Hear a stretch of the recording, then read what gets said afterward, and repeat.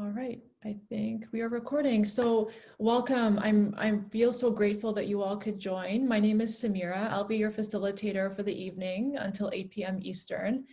And we are here because I'm guessing you're all interested in learning about preventing sexual exploitation online with regards to kids and youth.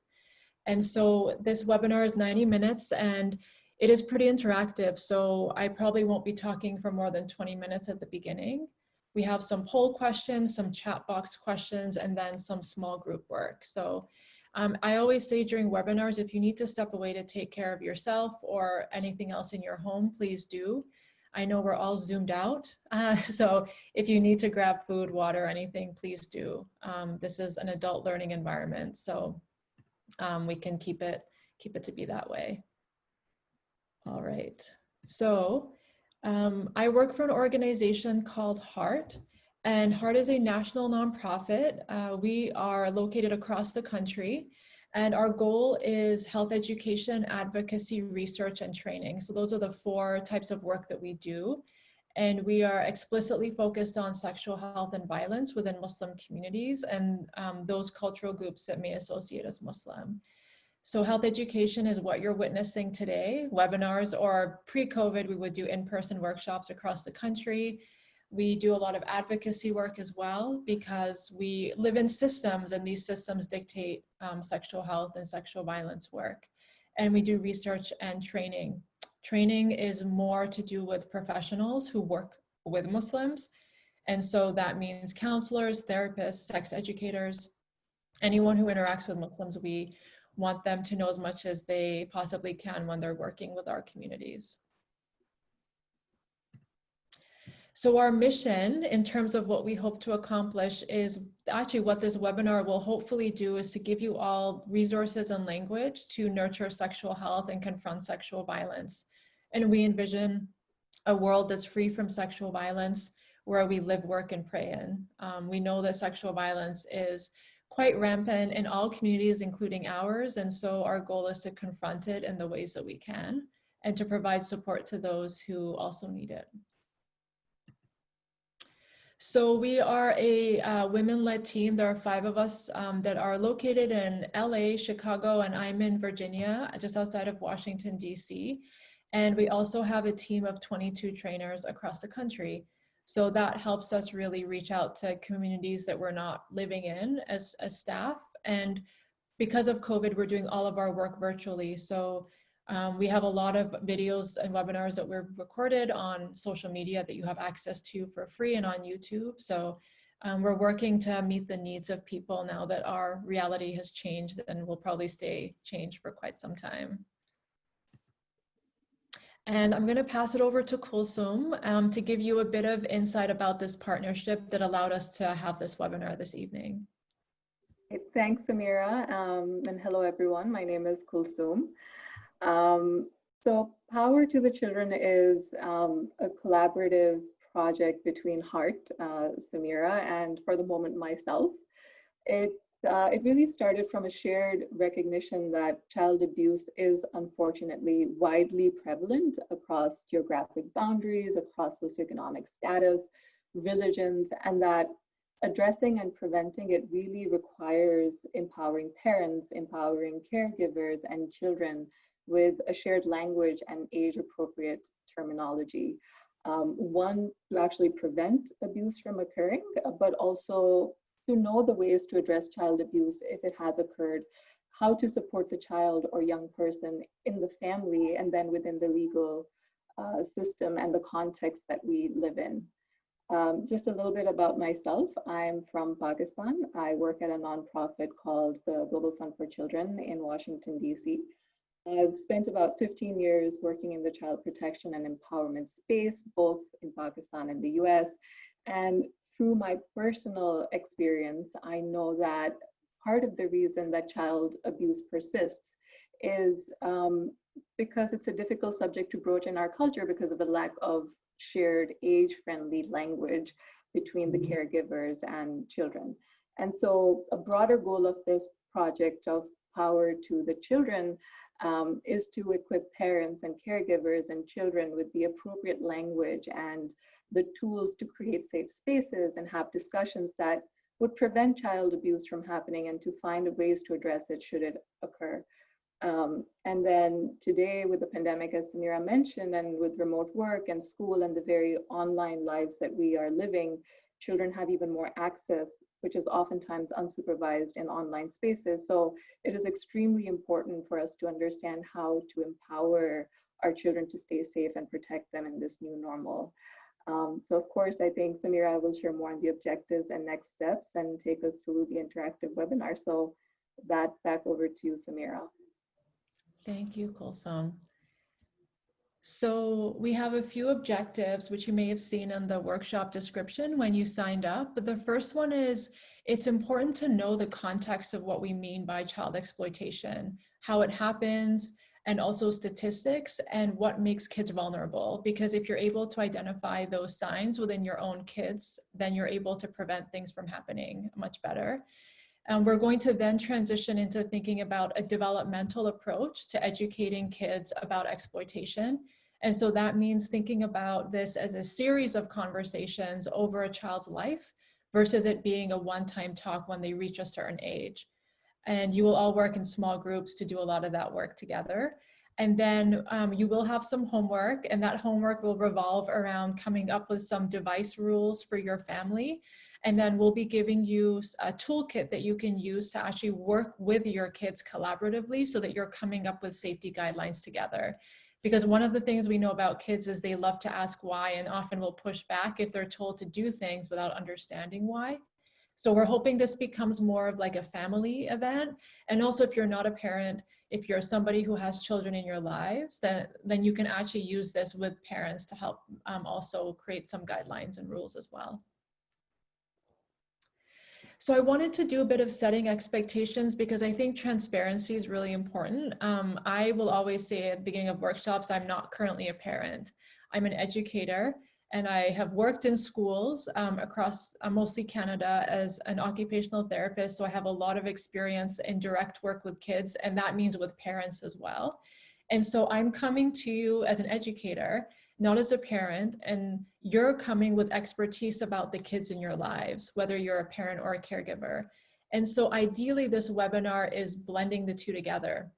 So whatever I say is meant to be taken with your knowledge of your kids in mind. You know your children the best, you know their personalities, you know even maturity levels can make a difference in understanding this information. So my goal is not to tell you what to do, it's to give you some ideas and to give you language, and then you're the implementers because you know your kids and your family the most. And I will also say that none of this information is meant to make you feel guilty if you haven't had any conversations about this. So when you hear that kids are online a lot, kids are spending more time on their devices, it's not a judgment, it's a reality. All of us may be working from home, and we're also living at home and parenting at home all at the same time.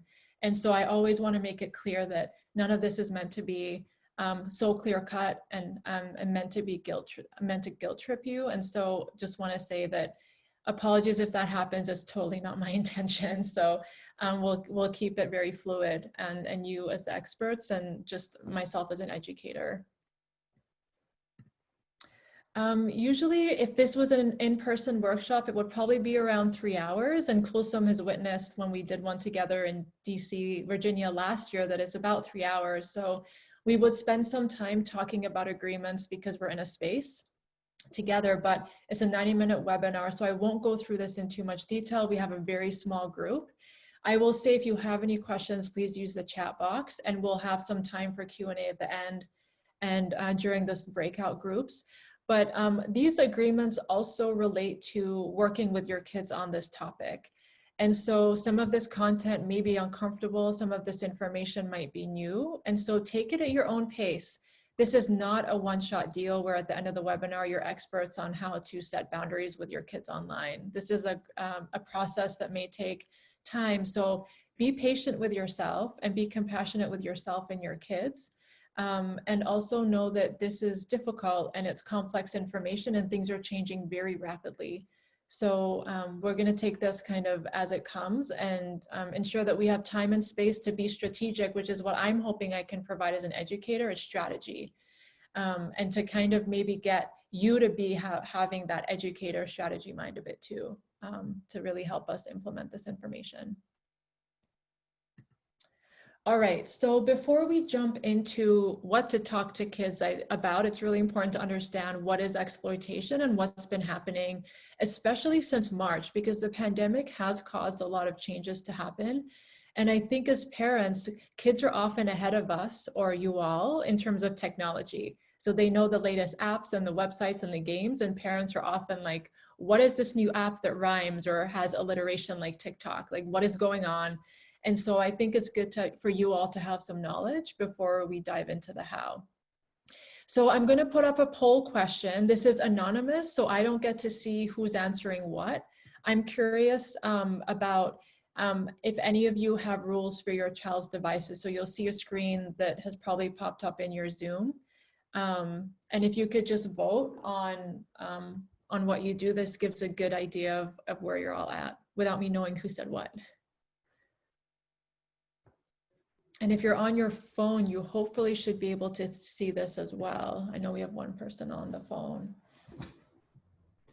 Okay, so I can share the results. So half said yes, and then we have the other half split between kind of no and kind of.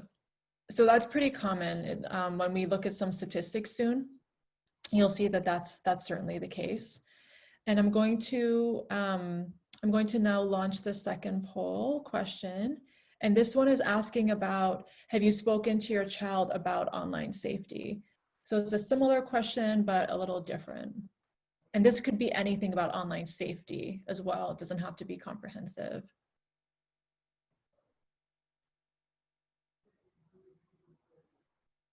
Okay, awesome. So I will share, and it looks like about the same result. So about 50-50 split, which is really common. So typically we find that half of parents have done some talking to their kids before they give a device, and some have not. And it's mostly because Kulsum and I were talking before, but the language of how to and where to start and how much supervision you give can be really complicated. So let's give some context. So we know this all to be the reality right now, that kids and youth are spending more time online. A lot of schools are, Virginia, for example, is completely online starting in September. So kids are spending more time online for entertainment, education, and also for socializing. So there's been some articles recently about kids feeling lonely because they're not around their peers. And so they're connecting more online using apps and video games that are online. And because kids are more online, new apps and games are coming out really rapidly. So there's this kind of development buzz that's happening. And so it can be really hard to keep up when there are new games and apps being released on a weekly basis. And they all have different platforms and different means of getting your kids' information. And so between parents that are working, they're parenting at home, they're caring in their home and multitasking, there's a sense of opportunities for exploitation.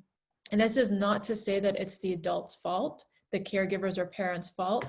It completely means that it's the fault of those individuals who are exploiting. They realize that we're in a very unique time, and they're actually using this opportunity to gain power and control over kids using online platforms. So this was a really fascinating study that came out of the UK, and I'll show you US stats after this. And I know we have a couple folks from Canada. These stats are pretty similar to Canadian stats as well. So it broke down the age ranges of kids and how much time they spend on a week on a device or a screen.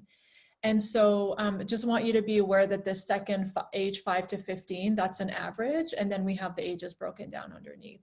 So as expected, these statistics, which the latest data is 2016, is showing that as kids get older, they're spending more time online. And actually there's quite a big jump from the ages 8 to 11, the tween, preteen ages, and then 12 to 15. So we know that as adolescents want more independence and want more autonomy, they're pushing to be online more because that's where their peers are. So just to note that as kids get older, they are naturally going to be spending more time online. And that also means that the way that kids can get exploited actually changes as well with age, and it becomes more complex. And we'll be talking about that in the second part of the webinar. This resource is from Common Sense Media. I'll share the website at the end. It is a fantastic website that is all things safety related to music, media, apps, and being online. And this study is from just last year. It's super comprehensive. It was like a 72-page report. This looked at 8 to 12-year-olds in the United States, and they're using just under 5 hours of screen time a day, and teens just under like 7.5 hours. And so that's a pretty big jump between the age groups. And so it's just something to be aware of, that the stat on the last page was 2016, and now we're 3 years later, that as it seems like as the years go by that kids are spending more time online. So it's just showing that part of the issue is also how much time kids are spending. This other stat, I kind of jumped ahead in the report. It was interesting just to note how many parents set rules for their kids when they're online.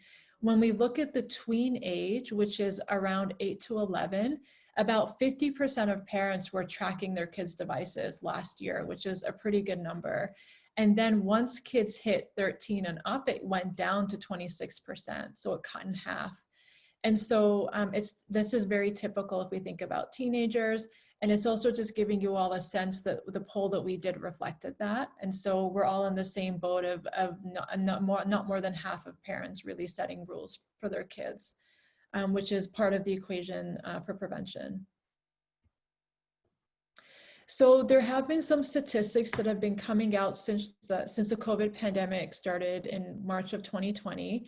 And the statistics can be pretty scary. The National Center for Missing and Exploited Children is based in the United States, and they experienced an over 100% increase in reports on their cyber tip line compared to March 2019. So just within a year, there was that much of an increase that they had not experienced. The numbers had doubled. I think they had around 4 million reports as of March 2020. And then when we're looking overseas, especially there's stats from India and then Europe overall, India saw a 95% rise in traffic searching online. And then Europol, which looks at Britain and the United Kingdom and trafficking and online exploitation, has also seen an increase in searches related to child exploitation. And so one thing that I think is important to think about is that the pandemic has actually impacted safety practices on social media sites. So Facebook and YouTube used to have a big, robust team of individuals who were combing through their websites and apps to search for exploitative material, which would then be removed. Since COVID hit, the workforce has been reduced. So there's less people working and there's more automated now. So now you have computers doing that work. And there's one article explicitly that I read that said that that has actually meant that there's more room for exploitation, and that adults know that. They know that these websites have a reduced workforce, and they're now using platforms like Facebook and YouTube to exploit kids instead of using other, such as gaming platforms, or going through what's called the dark web, which is a hidden type of an internet that we really can't access unless you know how to get there. So that means exploitation is on the websites that we go to a lot and that kids are on, and it's not as hidden as it used to be. So when we're talking about exploitation, I think it's important to define it, because oftentimes we might have an image that comes up in our mind. We might think it leads to kidnapping, or it might be solely around child sex trafficking. But exploitation overall is when the internet, technology, application, or games is used to exploit children. It can be emotional exploitation, physical, spiritual, financial, or sexual. So it's a very broad definition. And we are focusing on sexual exploitation for this webinar. And we also know that all those other types are also involved, especially emotional, because that's how trust is gained from a victim by a perpetrator. And the techniques, like I mentioned, they range from using social media applications to the dark web, which is a hidden type of an internet, which especially is used for child pornography and sharing that content. And so when we talk about exploitation, the person who's exploiting is in a position of power. So that means they're in power with their age. Usually they're an adult or older. their knowledge of technology is much more than the child, and their use of the control tactics to manipulate or groom the victim. And we'll talk about grooming today, and we'll be talking about specific ways that you can teach your kids about how grooming happens so that they're able to recognize when it does happen. And again, if you have any questions, feel free to jump them into the chat box, and I'll definitely answer them. So, oh, that's perfect timing. So before we move on to talk about what makes a child vulnerable, I'd like you all to think about maybe the kids that you have or kids in your lives, and think about and use the chat box. What do you think makes a child vulnerable to online exploitation? So you can write down in the chat box like thoughts that come to your mind. What do you think places kids at risk for being exploited? And I'll give you all a couple of minutes to think about that.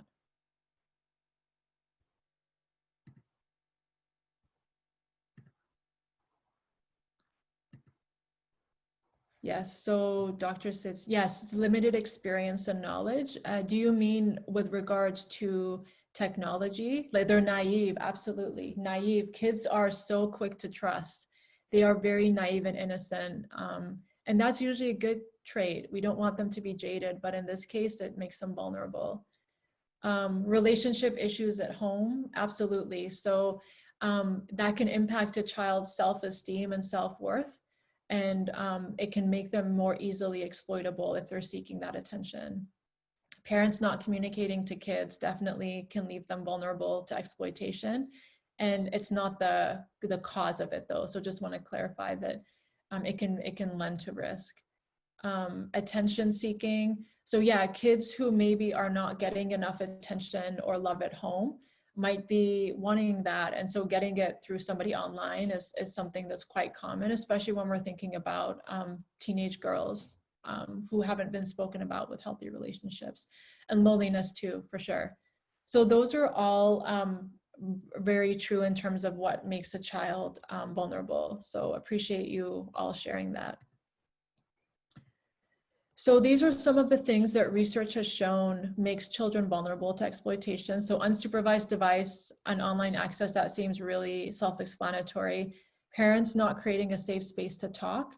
One of the things that we'll talk about later is that parents and caregivers have to be the one creating that space, because children are often scared to talk about things that are happening to them. And I give the example of myself. I was bullied a lot when I was a child. And as much as my parents were loving and my mom was affectionate with me, I was scared to tell her because we had never spoken about bullying. So we have to be talking about things to allow kids to have permission to speak. And so that can be really important. Lack of critical thinking skills about what is seen online. We see this with adults, basically trusting news that's not real. And so with kids online, if they don't have critical thinking skills, they're not questioning what they're seeing. They're taking John, who's 16 at their high school, to be John, who's 16 when he's a 35-year-old man who's posing as John, who's 16. And so it's important that kids have this like critical framework, and teenagers don't have those skills. So we have to teach it to them as well. Lack of education about online safety, and also lack of language. So kids may know something is wrong, but if they don't have language to talk about it, they're not going to. So they may have a feeling of discomfort or weirdness or concern, but unless we give them words to talk about it, they may not be able to. And so it becomes challenging for them. And the last one's really important: lack of knowledge about their bodies, boundaries, and healthy relationships. So if we're not teaching kids about safety, boundaries of communication, boundaries of sharing their own bodies, and what a healthy relationship is, they may not know when something is going on online. And so again, all of this is meant to say that there are a lot of vulnerabilities, and that means there are things that we can work on with kids to help keep them more safe. So there have been a couple recent cases of exploitation that made the media, and this is not meant to scare. It's more meant to show that things that are devices that are even there for safety are being hacked. So one example, and this made the news, you may have seen that an 8-year-old girl's Ring camera that was in her bedroom that her mom placed there for safety and to check on her to make sure she was sleeping. A hacker actually broke into that Ring camera and started talking to the girl through the camera. And it was incredibly disturbing, as you can imagine. And so a device that was there to protect the child was now hacked into. And we also know, for example, that Zoom bombing happens all the time. Oh, which reminds me that I need to lock the meeting. We've had Zoom bombing happen, so don't want it to happen again. There was another article that in New York, a man posing as a teenager almost met with a 14-year-old girl. And when files were discovered on her internet, on her computer, when her parents reported this was happening, that it was the COVID lockdown that actually prevented it from happening. So that was something that was recent. And like I mentioned, Zoom bombing, where people are crashing into Zoom meetings, that has become a way to spread child pornography. And it's happened to us, and I've had a colleague go through it, and she said it was incredibly disturbing to see it happen. And it's very sophisticated. And to a point where you can't kick them out of the meeting. So your kids are on Zoom a lot for school, so that might be something that needs to be aware of in terms of safety. So the last part of this me talking section before we get into practical stuff is for you all to think about how people gain access to kids. So what are the strategies that people use when they're trying to exploit?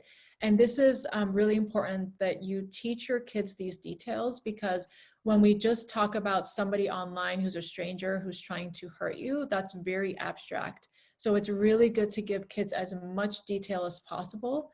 And as we get into the age groups a bit later on, you can even use role playing if they're younger and other means to teach them what this could sound like online.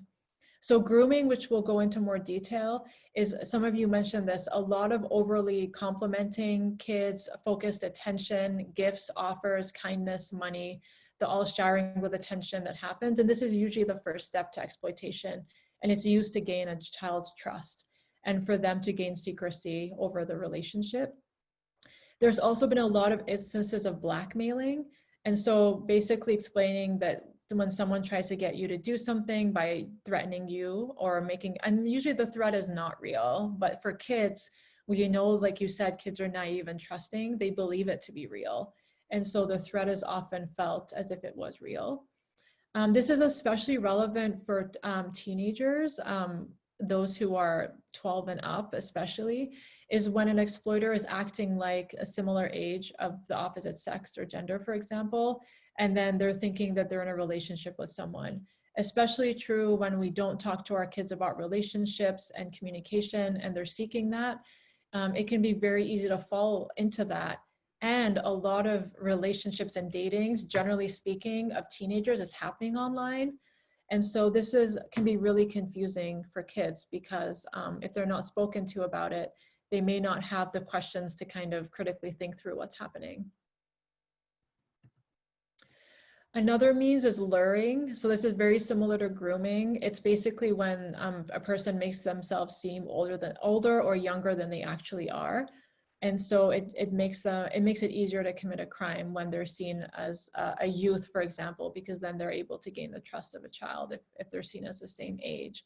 This happens especially with online games or multiplayer games, where even with boys, I know with sexual exploitation, we often think girls, but it also happens a lot with multiplayer games as well, is when adult men are acting like they're 10-year-olds or 12-year-olds playing Fortnite.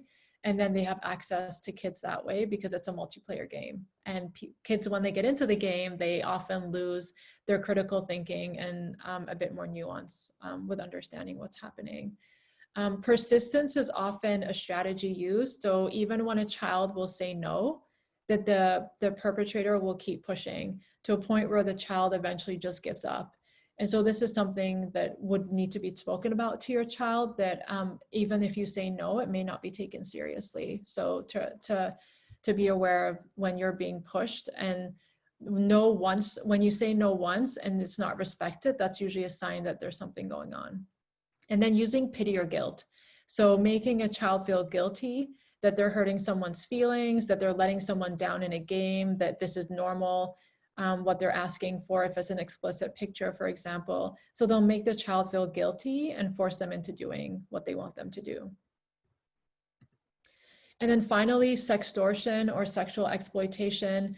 Someone may ask a person to send explicit pictures, and this is very common, we know, especially with girls. And they may even try to convince their child that it's normal by them sending a picture first and saying, look, like I'm doing it, so it's totally fine and normal. So just to be aware that this is one way in which exploitation can happen and a child is victimized. And so when we look at grooming overall, there's a pretty clear pattern of what happens. This is true with child sexual abuse if it was done not online, and it's also true online. There is typically, when you trace a lot of cases that have come out in the news, you can kind of look back and see what happened. Perpetrators often target victims intentionally.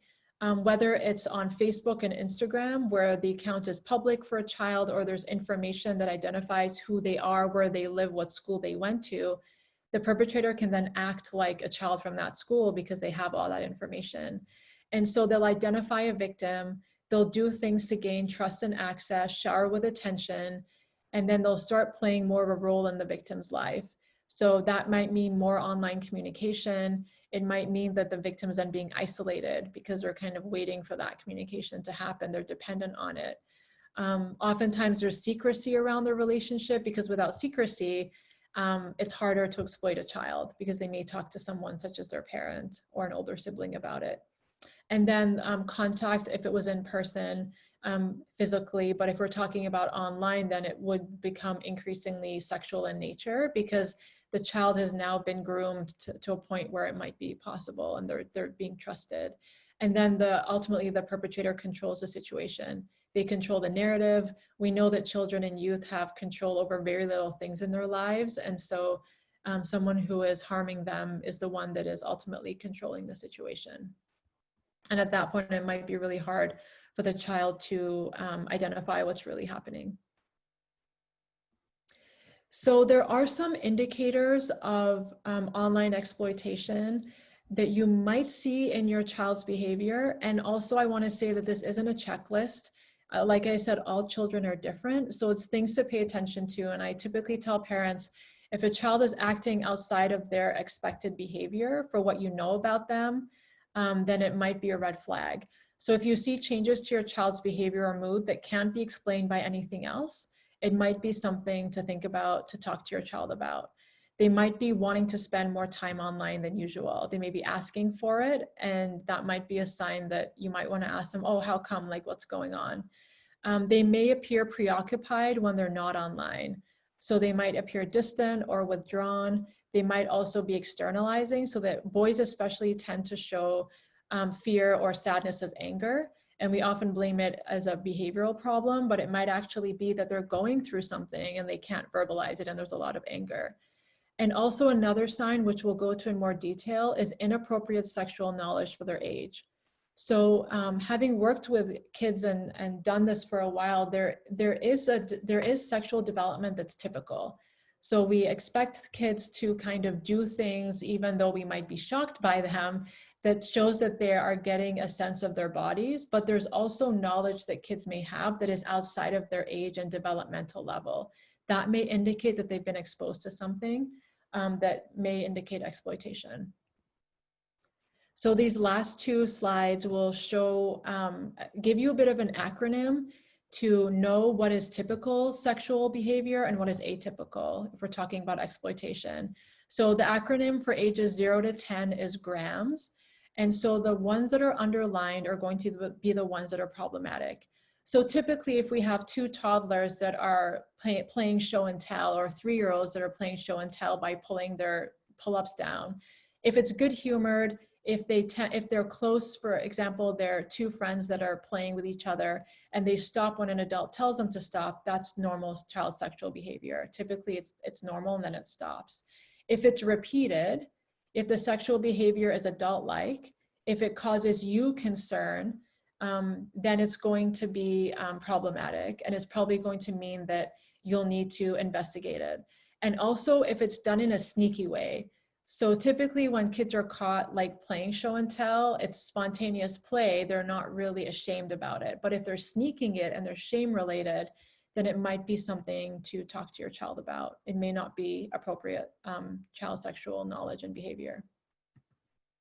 Now, when we're talking about older kids, 11 to 17, it's similar, but we're focusing on two aspects now. We're focusing on it being repeated and it being an adult concern for what you know about your child. So for example, outside of context, for example, teens who are allowed to date, that's where this becomes a bit blurry, for example, because families have different values. But for those of us, whether for cultural or religious reasons, children have been taught to kind of respect their relationships and keep it not to be in the dating realm, then that might be a concern if they're showing sexualized behavior or knowledge that they haven't been taught by you or by an educator. So that's something to be aware of in terms of a sign. Does anyone have questions about that section before we move on to you all doing some work to figure out how to talk to your kids? You can also write in the chat box if you're good, or if things are fine as well, just because I'm talking to a screen and it's not the same as being in person. Or maybe everybody stepped away. Awesome. Okay. Sounds good. So this slide is pretty self-explanatory. Why educate your kids? Thanks, Bushra, for the thumbs up. Why educate your kids? We talked about this a lot in detail. One of the things that I will say that might stand out is that we cannot protect our kids by not having them be online. It's just not a reality. And I sometimes joke with my husband and I say, when we have kids, we're going to raise them like it's the 80s, like when we grew up. They're not going to be exposed to any technology apart from electronic toys, and that's it. But I also know that that's not a reality. And so we need to be able to educate and not shelter, because sheltering also can be dangerous, because once kids are exposed, they lack the information and knowledge that they need to protect themselves. So I think we're all on board in terms of why kids need to be educated. And like I said before, it is the parents' responsibility to create a safe space. These conversations that we'll go through are meant to be casual, ongoing. They're not meant to be formal lectures like this one, for example. It's meant to be across a child's development. And so it's really up to the parents and the caregivers to create these spaces so that their kids feel safe to talk about anything. So when we're talking about educational approaches, I think it's good to slow things down a bit and to think about a process. Oh, sorry, Sarah, I just saw your question. What is adult concern? So adult concern means that with the knowledge you have about your child, the behavior that they're showing concerns you. So you know, for example, what your child knows and maybe what they've done before, and they're showing you something that you're concerned about. So this has to do with parent knowledge of your child. I hope that helps. So this really has to do with listening to your gut feeling and also knowing what your child knows and maybe what they've been exposed to.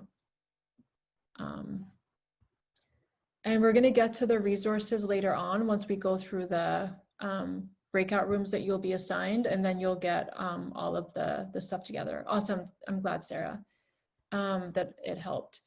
So as much as we might want to rush into getting a piece of paper telling you what to do, there's a process to educate your kids so that they're involved in it and so that you also have an approach.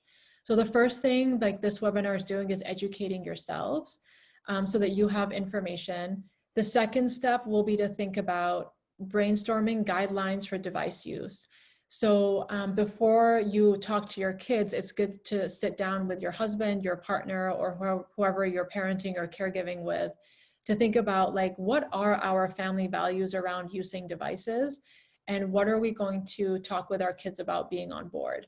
So it's good to have this laid out so that you're not going into the conversation doing it from the top of your head. You've thought about this and you have answers for your kids about why.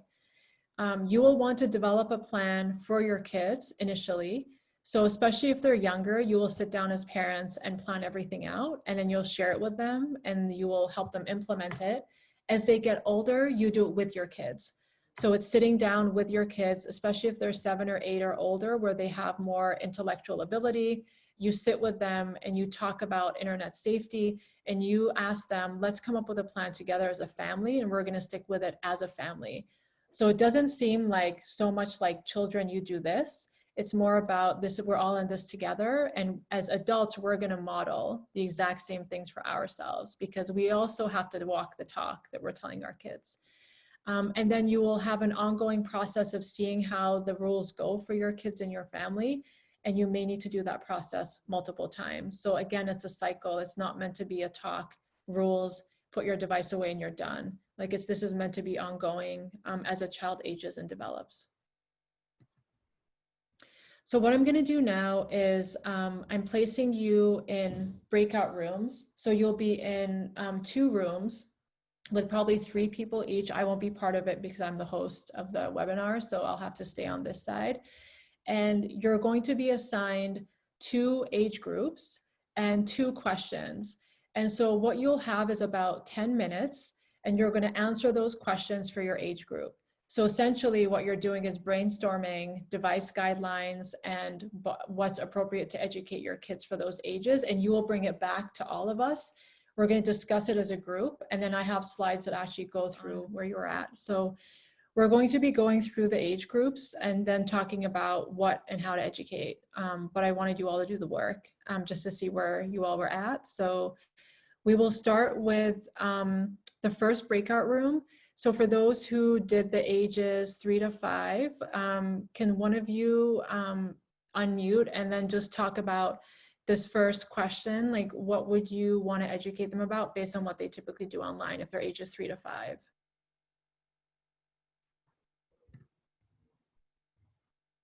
And if you don't know how to unmute, then you can also use the chat box if you want. We talked about how to educate kids, setting boundaries, that the kids should stick to the rules set by the parents, meaning that if there's some devices that are child-proof and monitored, they stick to that. They should not skip those and use the parents' devices or the older children devices. Also, they need reminders about the reason, and finding a language that's understandable to them is important, like their safety, or if they might understand that some movies might cause, for example, nightmares. So some language that they will understand, and sticking to the limits that are set up for them to their benefit. Yes, absolutely. So to summarize, you said a lot of structure and a lot of reminders, and then developmentally appropriate language because they're so young. 3 to 5 is pretty young. So did your group talk about what you would want to talk to kids about with their body and safety? Or did you guys run out of time? You ran out of time. Okay, yeah. I figured, yeah. Okay. We can make a suggestion about what might be a case. Yeah, absolutely. I think maybe putting a guideline that they should not expose their body without clothes or undress, or watch scenes that people are undressing or not wearing clothes, that or violence. So if even in their own device, there could be some incidents that a movie is not filtered out, and, and as soon as they see the red flag, they have to stop and report it to the parents to have it fixed, so they will not have any nightmares or bad effects. Yes, absolutely. That's a really good point. So based on what you shared and what I'm guessing your group talked about, what kids typically do online for this age is games and apps. Some are focused on education. They might also be making FaceTime calls or just phone calls with other older adult or kid cell phones. And I know I have a a 5-year-old niece-in-law that does this a lot. She'll FaceTime my husband using her dad's iPad. And then they're also learning to use iPads and laptops. And so something that Asil mentioned in the chat box is that this age is really important, that they understand that the internet's not the real world.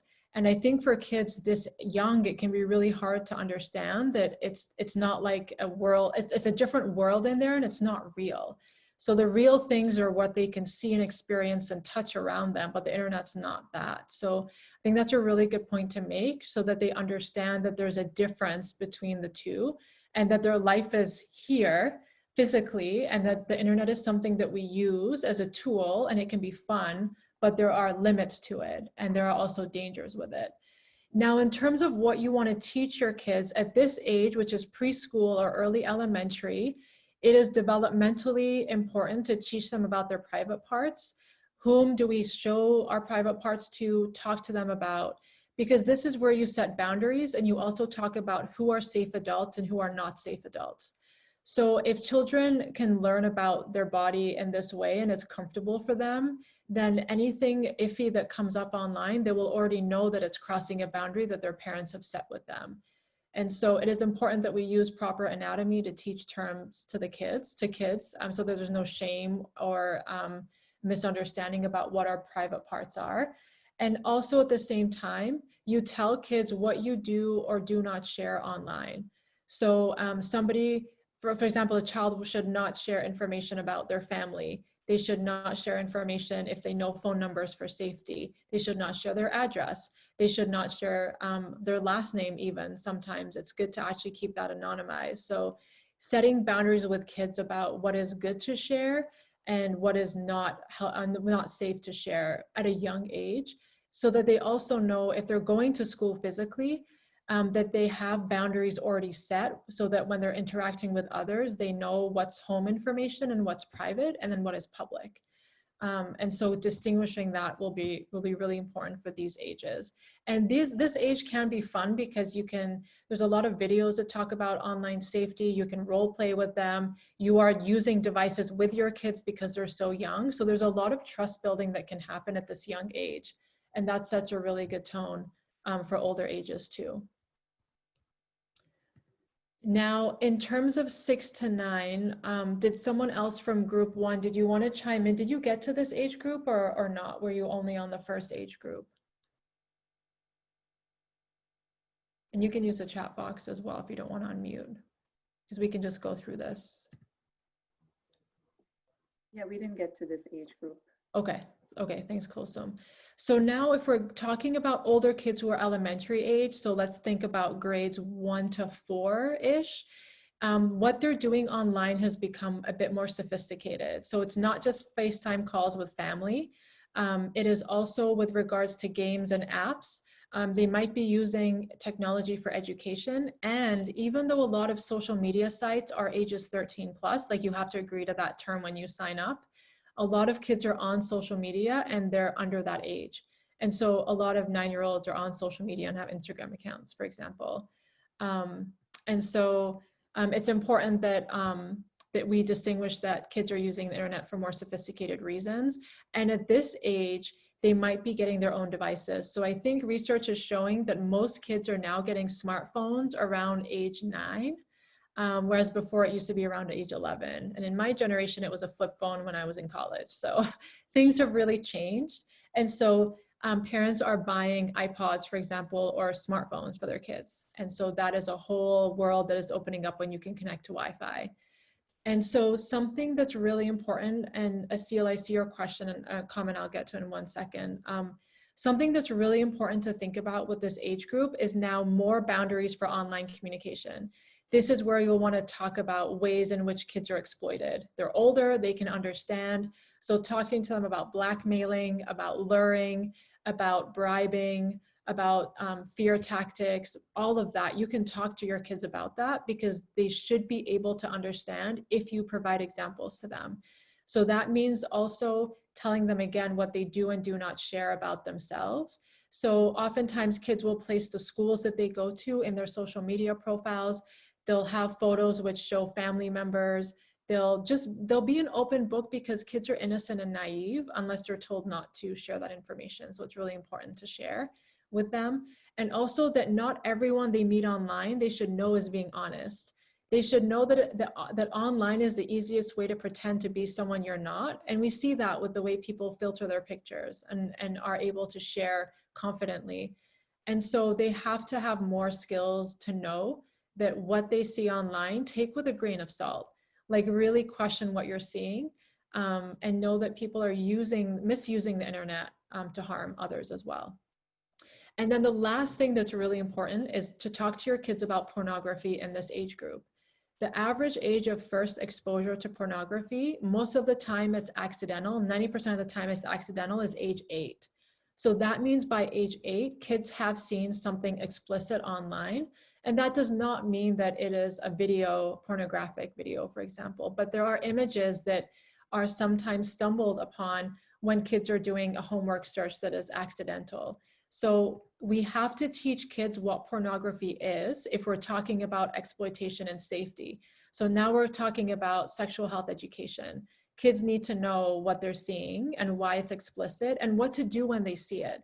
So talk to your kids about, it might make you uncomfortable, it's okay. I want you to tell me or your dad or your caregiver that something has happened. We won't be in trouble. We want to help you make sure that you know what to do, and we might be able to put things on your computer that will prevent it from happening. So to make it clear to them, they're not in trouble. They haven't done anything wrong. And to assure them that you're there to support them and that this happens to every kid. So you're normalizing the fact that pornography exposure is quite common, and we want to be able to help us all deal with it. I think, Asil, you had a comment of 6 to 9-year-old different cultures and belief. I think, yeah, family values, culture, religious belief will all dictate different values. And I think it does not really change what you educate your child about, because developmentally, you're trying to tell kids information before something happens to them. Oftentimes, speaking for myself, working in Muslim spaces, something has to happen for parents to want to educate their kids. And we're trying to get parents to think a few steps ahead. So you'll want to try and educate ahead of something happening. All right, so group number 2, you have the wonderful teenage years. Did you, I know there are only 2 of you in this group. I think we had, Dr. said, I think your wife dropped off. I don't know if she's back, but did you both in this group have a chance to talk about this age group? And is there anything you want to share before we talk about it? I think it was it Asil in this group, and then somebody with the phone number who I'm not sure who it is, but if you didn't get a chance, we can just talk about it as a group. Oh, chat group. So 10 to 13 years old, we can't give you everything you wish. That's a really realistic, definitely important point to make, because that's when the demands kind of grow more. And we see this with this age group a lot. So we will see kids in this age group asking to be or wanting to be on social media more. It's when they start getting on music apps as well, because that tends to be associated with adolescence. Games and apps are more prevalent, so we know how addicting Fortnite has been and still is. And so multiplayer games are much more common. And they also become more violent and more pornographic with age, like Grand Theft Auto continues to be a really popular game, and it's incredibly pornographic. Socializing, kids in this age group will want to connect with their peers even more. So we're talking about straight up messaging, but also they're using apps like Instagram and TikTok. I think Snapchat's still prevalent, but TikTok is definitely taken over right now. And so it's important to know that kids are going to be on social media more to connect with their to connect with their friends. It's not like us where we're calling maybe friends or family members. They're texting and sending each other videos and snaps and TikTok videos. And they may be owning devices at this age. And by owning devices, it means that parents are buying devices for them and they're signing those contracts. So I know in Canada, for example, if a child owns a device, and let's say they're 13 years old and they are caught with pornographic content on their phone, it's not the child who's legally responsible, it's the parent. So if there's an investigation because the child is now having child pornography content on their phone, it's the adults who are going to be held liable. I think there's similar laws in the United States. And so when kids are being given devices, it comes with responsibility. Ultimately, parents, you are not only responsible for your kids' devices, but you own them. And so it's important for this age range to sit with your kids and say, look, I am giving you my trust with this device, and we need to work out how we're going to use this device and what the rules are. And if I'm going to do random checks with your device, like you don't schedule checks with your kids because they'll clear their devices before you can check it if they know it's coming up. You can schedule random checks. You have a common area for charging your devices in a public space. No smartphones in the bedroom, for example. Like this is the time where you sit with your kids and you set rules with them because they're old enough that they will need to buy into them. So you'll want them to be on board with those rules. Now, in terms of body safety and boundaries, you'll want to talk about things like sexting with them because this is the age where it does tend to happen with girls, especially either being requested to send explicit images or they're receiving them, or they're being bullied because people are sending around explicit images from their school, for example. So sexting is really important. Healthy technology use. So telling kids that, you know, the light from your device actually doesn't help you fall asleep. So as a family, we're going to put away all our devices 2 hours or 1 hour before bedtime. So talking to kids about the impact of technology on their bodies and their minds can be really helpful so that they're setting boundaries. And then also talking about puberty, because we know that with puberty, for girls as young as 8, it starts, for boys around the ages of 10 or 11, there are a ton of hormonal changes that happen. And with that comes emotional changes, and kids may be feeling things that they're not used to feeling. And if people online are taking advantage of the fact that they're wanting to date, they're wanting to be in a relationship, they're wanting a boyfriend or girlfriend, and kids don't understand how to talk to their parents about that, they're going to find someone else to talk to about it. And so having conversations about relationships, healthy relationships, values, having open dialogue is really important. And for social media, critical thinking skills, like girls, not everything you see online is real. It's most likely photoshopped. It's most likely filtered. That's probably the 500th image that celebrity took and posted. So getting them to think about self-worth and having them realize that, like, just as when you're young, the internet's not real, when you're older, the internet's also not real. And then also thinking about, how do you decide what to share online? Like having them come up with a bit of a process for them to think about, what am I going to share? Even if it's someone that looks safe, that appears to be from my school, I don't want to share this because it's important for me to keep this private. And so one thing that somebody said once, another educator said to kids, never share anything that you would be ashamed to show your grandmother. And kids laugh when they think about that, but it's actually true. If you're sharing something online that you are scared or ashamed of showing a family member, then that might be a red flag to you that you are doing something that doesn't fit with who you are. And so that's how we teach kids to make safe decisions. And at this age, you still want to monitor their internet use. There are a lot of safety settings that you can use on Androids and iPhones and laptops that you will still want to use those. And ultimately, you are in control of the Wi-Fi. And there are routers that you can buy that shut off Wi-Fi at a certain hour if you want. But ultimately, you'll want kids making that decision themselves and not feeling like they're being forced to. So it's just more of a family conversation. So ages 14 to 17, the golden adolescent years, where one of the primary signs of this time of development is risk-taking. And so this all goes down to what's happening in the brain. And some kids, to get that shot of dopamine that they're really looking for, to get that shot of adrenaline, to make them feel happy and excited, they might be doing more risky things online. And so it's really important to talk to them about, what is risk-taking? Like, what does that mean in terms of being online? There are a lot of kids who are, quote, like dating online, they're having relationships online, they're sharing explicit photos because that's risk-taking to them. And also teenagers don't have the ability to think about consequences because their brains are not fully developed. They can't think ahead. Their prefrontal cortex is not there until their 20s. And so we need to be the ones as adults telling them, look, like, these are the consequences of what you do. Anything that goes on the internet, even if you delete it, it doesn't mean that it's gone. And also the fact that you have to be more critical about who you let into your circle. And we're in an age where more friends is a better thing, more interactions online, more likes, more shares is seen to be a reflection of our self-worth, especially for adolescents. So you'll want to share with them, like, this is not the real world. Like, I know it makes you feel good, you're getting attention, and it is not who you are deep down. It is a part of maybe what you do online, but making them also realize that who they're talking to continues to not be potentially real, and for them to critically think about who are they letting into their social circle? Do they know these people? And still to have conversations and be like, hey mom, hey dad, hey aunt, like, this is really weird, what do you think? And you being also open to share what you've experienced online can help teenagers trust you. So sometimes when parents appear to be vulnerable, it can really help kids open up to them.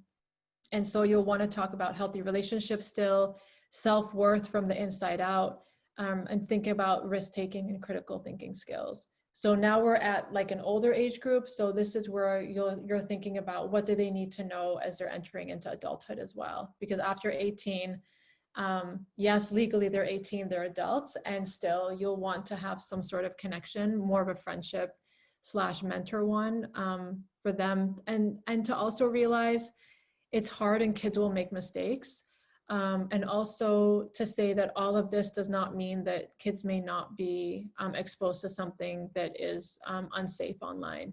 So as much as we can educate our kids, it's not a 100% guarantee until people stop exploiting.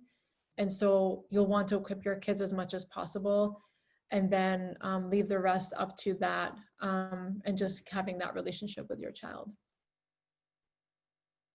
Does anyone have questions about those age groups? Things that you may have done yourself that you want to share before we move on to wrap up with some parent takeaways?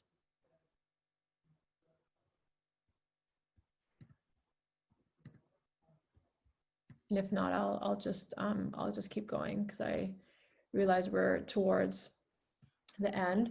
So some trends is you're starting with the basics at a very young age, and then you're building up as your kids grow older. Now, if you're starting this education when your child is older, that's totally not a problem. You can actually use preteen ages 8 to 9 to talk about body parts, because it has to do with puberty, and it has to do with the changes that they'll be going through. So this is no right or wrong. Whenever you start with the basics and just make it appropriate to what they're going through. As they age, you want to involve your kids in making decisions about technology and boundaries. So again, the more kids will buy in, and the more they can maybe sit with you and write the rules with you, they'll probably follow it more. Preteens and teens have real difficulty with critical thinking skills, so help them with this. You'll want to talk about scenarios that may happen to them and brainstorm solutions. So for example, you might want to talk about the consequences of sharing too much information with them, or what happens when they have 1,000 friends on Facebook when really they don't have 1,000 friends in real life. Like, what does that mean when they're just giving out information about themselves? Help them think about that. And then also, this is challenging, but as adults, it's important that we walk the talk. Kids are very perceptive of what adults do.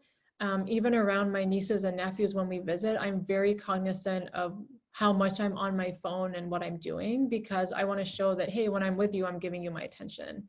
And so it's important to just think about, if we're having expectations for kids, but we're not modeling what appropriate and safe technology use is, then they're going to pick up on that and they might question it.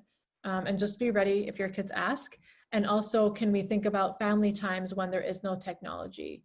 Can we have technology only in public spaces, no tech in the bedroom, a common charging place, an evening where random checks are done, where you don't tell your kids when, you just randomly check their phone because it's your device, and you can set rules like that.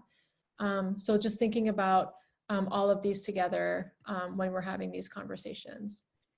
And yeah, Asil is saying kids see you and not hear you. That's actually a really good saying. The fact that kids do sense you more than they sometimes hear, because sometimes it's in this ear and out the other. So definitely being able to be a role model as much as you can, which is hard when we're all working from home and parenting from home.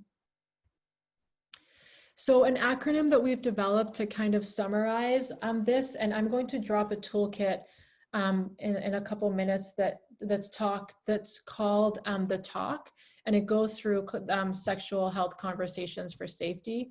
So to summarize, this OPEN acronym is a great thing to remember. Openly communicate with your kids. 2 ways, you sharing, them sharing. Provide information, just be an educator to your kids, and then encourage questions. So sometimes parents will say, well, I don't think my kid's ready to learn about their body because they're not asking me anything.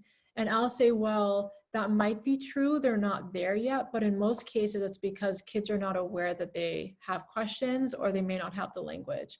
So if we provide information to kids about their body, they can ask us back. And so that becomes a great way to build trust, is by us initiating the conversation.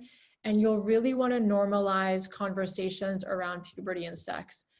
The online world of exploitation is there, and it is so closely tied to sexual health education. The more we can normalize conversations in the real world, in the physical world, the more it'll be easier to have these conversations about online safety. You can't really do one without the other, because the moment you talk about pornography, you'll have to educate your kids about the other aspects of that, like body, relationship, safety, and all of that with healthy relationships. So you need sexual health education in order to have online conversations about online safety. So that was a lot of information, I'm sure, in an hour and a half. And as I said at the beginning, this was not meant to be a quick fix of you have everything you need to now sit with your kids tonight and talk to them, which I encourage you not to do right now. I really want you to take this information from this webinar and analyze what your kids are doing online. So this is where that kind of educator investigator comes in. It's like, what are your kids doing online? And if you don't know, then there are maybe ways to find out. You'll want to think about what you want to educate them about. So think about basic topics first, and then build in more complex ones. And you'll want to link online computer technology use to body safety. So when you're talking about being exposed to pornography, let's talk about our values around sharing our body, what is private and what is public, and to who. You'll want to think about your own knowledge base. We had a lot of information in this webinar, and it was intentional because you need background information. What do you need to know more about before you speak with your kids? So if you have, if your kids have an iPad or an iPhone, you might want to go in and Google search safety settings for parents, and they're common everywhere. I'm going to share a resource that will tell you how to do that. So you'll want to know what you want to talk to your kids about before you talk to them. You also want to think about your values as a family for technology use and create values as a family around this. So as parents, caregivers, this is what I want my kid to do or not do. As a family, this is how we're going to think about technology together. So it's a conversation, adults first, and then with the kids. And start these conversations slowly. There is no such thing as kids sitting on the couch, that, you know, the typical picture of kids on the couch, parents facing them, and it's like, kids, we need to talk. You'll want to make these casual conversations and make it very much ongoing. So there's no rush to get this done. Kids have many years ahead of them. And so it's important to start slowly and intentionally, and to take your time with this, and not feel like the pace of your education is going to dictate your child's safety online, because you also have your eyes on what they're doing. So there's no rush. There's no rush on that. So some really great resources. commonsensemedia.org is probably the best resource for everything that is technology related. They have gone into depth to actually analyze and give parent ratings in terms of safety for kids, for games, for videos, for apps. And they have a lot of Q&A parts on there as well for parents. So I would really recommend checking out their website. And the second one, internetmatters.org, I believe is British. And they have a lot of toolkits around internet safety. And so if you go on there, they'll actually give you scripts that you can use with your kids. And both of those websites have guidelines that you can download and that you can kind of work to become a family guideline resource for your family. And then our website for Heart, I'm actually going to stop sharing the screen soon and drop in 2 toolkits into the chat box. One is a toolkit about online safety that we developed, and then one is about having conversations about bodies with kids developmentally. So you'll get those as resources as well. So yeah, I'm just going to stop sharing this, the screen. Oh, actually, I should have kept that up. I'll share it in 1 second. I actually just want to share a couple of toolkits with you all, and I'm going to put them into the chat box. And so this one is the Kids Online toolkit first. And so this summarizes the webinar and also gives more information about what you can do. If especially you see something suspicious happening that you want to report, there is a tip line in there that you can call on a website that you can report to.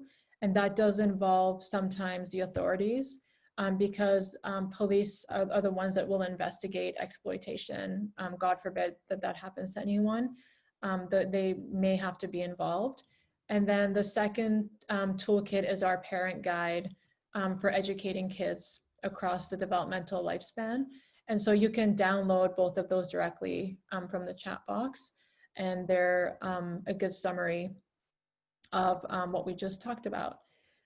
So I just wanted to share, this is our information. So we're on social media on Instagram, Facebook, and Twitter. I will be uploading this recording onto Facebook, and I can actually email you all with the link if you're okay with that through Eventbrite. So you'll get that. Our website is brand new and it has a ton of parent resources, so I recommend you check it out. And then you can email me, Samira@heartwomenandgirls.org, if you have any questions. I know this was a 90-minute webinar and it's really hard to cover everything.